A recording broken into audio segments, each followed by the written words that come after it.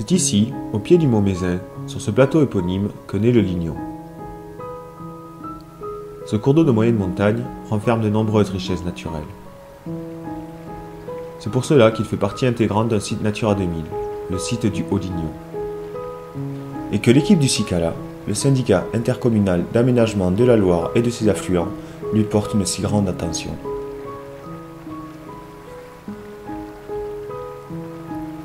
Aujourd'hui, il suit librement son cours, mais ce ne fut pas toujours le cas. Pour lui redonner son aspect naturel et sa liberté de mouvement, des femmes et des hommes se sont démenés durant plusieurs années pour qu'enfin le Lignon retrouve son cours originel.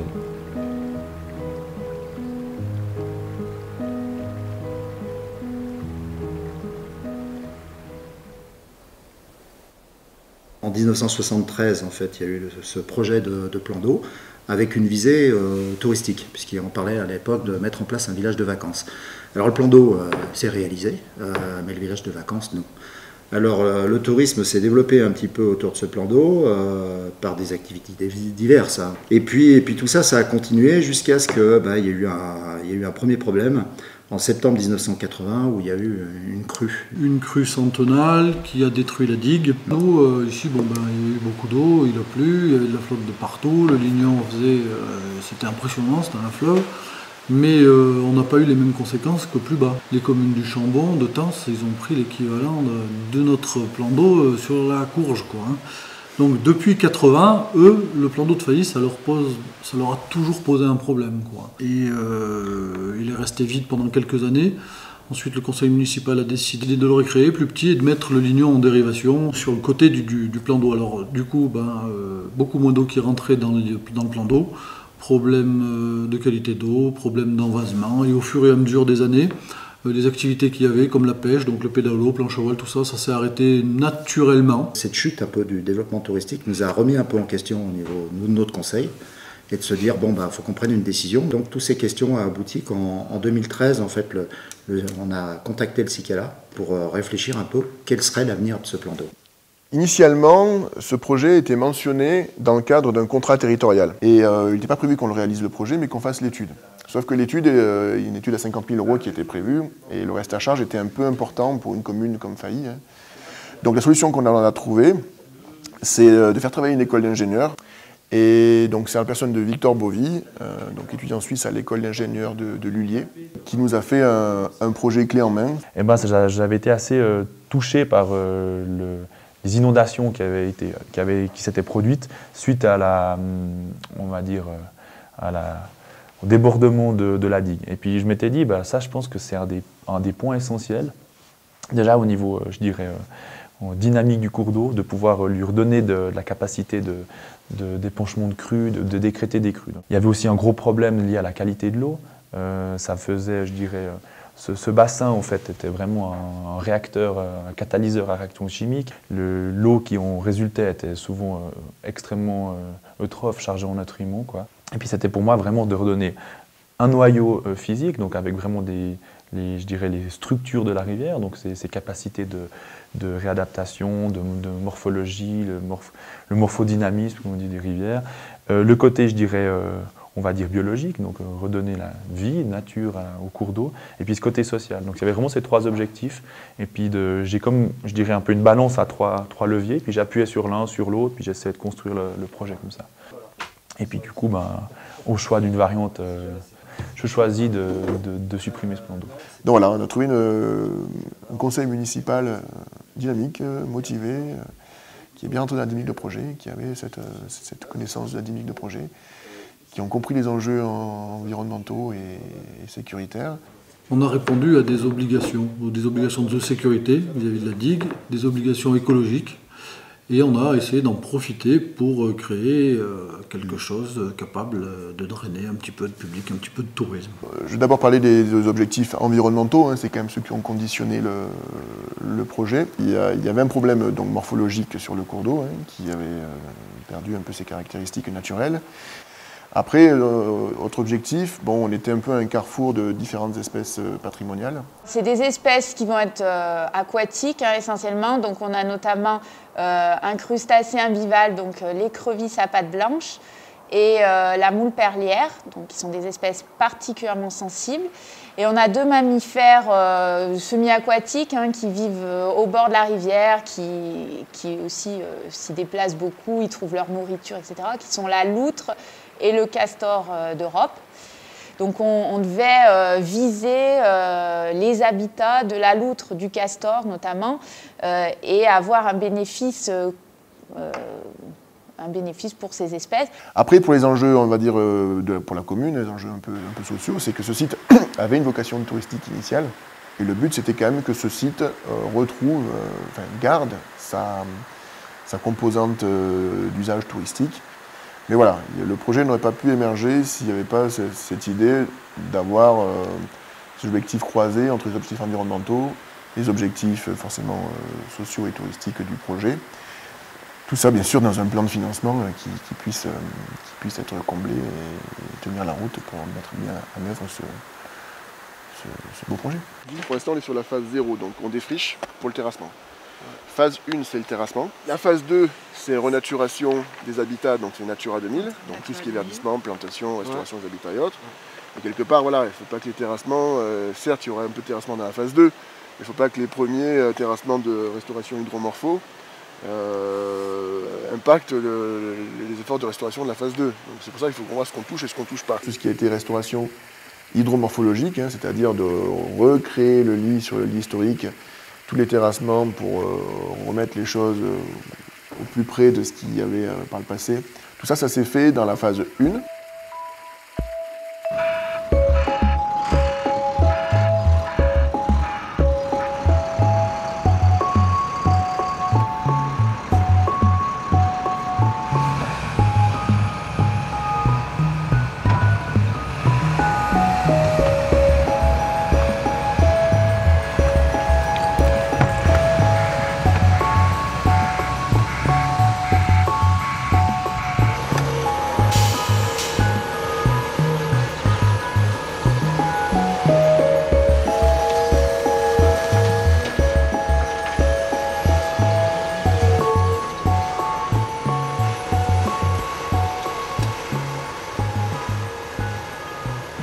C'est vrai qu'il y a des chiffres qui, pour un projet de renaturation de l'environnement, ils sont quand même assez conséquents.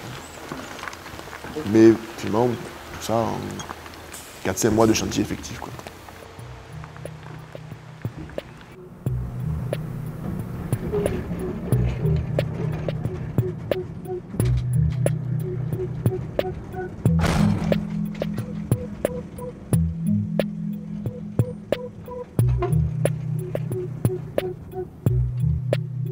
Il y a eu une phase 2 qui est en cours, qui est la phase renaturation, génie végétal, reverdissement, restauration des habitats, là qui est portée par la procédure Natura 2000. Et il va y avoir une phase 3, qui est la phase de valorisation écotouristique du site, qui est là et portée par la commune. Est-ce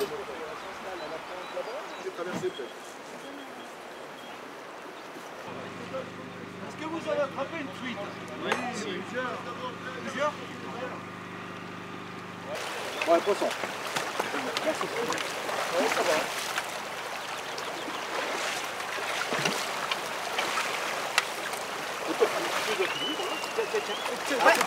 Ah, hop la belle.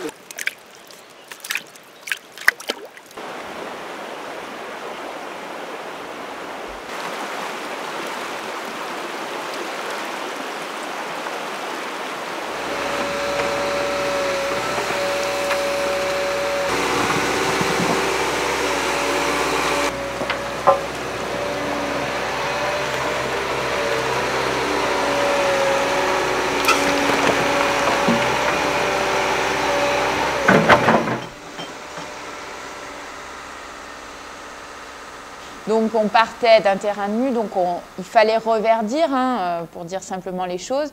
Et du coup, toute la végétation qu'on a cherché à installer, on a réfléchi, des fois de façon même expérimentale, pour pouvoir avoir quelque chose qui soit au plus près de l'écotype local. On n'a pas acheté par exemple nos graines dans une jardinerie. On a utilisé du foin de prairie aux environs qu'on a réparti, ensemencé sur le site. Et puis pour d'autres espèces comme les saules, qui est une des principales espèces qu'on retrouve dans la végétation de bord de cours d'eau, on a utilisé des boutures qu'on a coupées aux alentours avec nos équipes. Et aussi pour ce qui va être les arbres, les arbustes, on se sert chez une pépinière qui a un label végétal local et on a même pu lui fournir certaines graines pour l'autre espèce d'arbre qu'on appelle l'aulne qui est beaucoup présente au bord de cours d'eau. On lui a fourni nos graines qu'elle a mis en pépinière et du coup c'est ces espèces-là qu'on va ensemencer au maximum avec un écotype proche et même local, quoi. Là-bas, ouais, c'est sympa. Là, il y a cette phrase renaissance sur le sapin.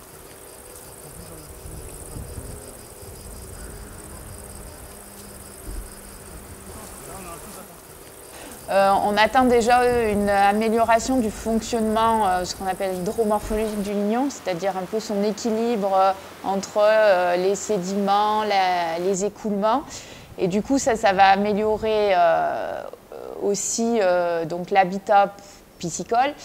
Et puis, on atteint aussi une amélioration de la qualité de l'eau. Du coup, ça va améliorer les choses pour l'aval, la qualité de l'eau et pour la montpellière qui se trouve plus en aval. Je pense que sans trop se soucier, la faune va reprendre ses droits, quoi.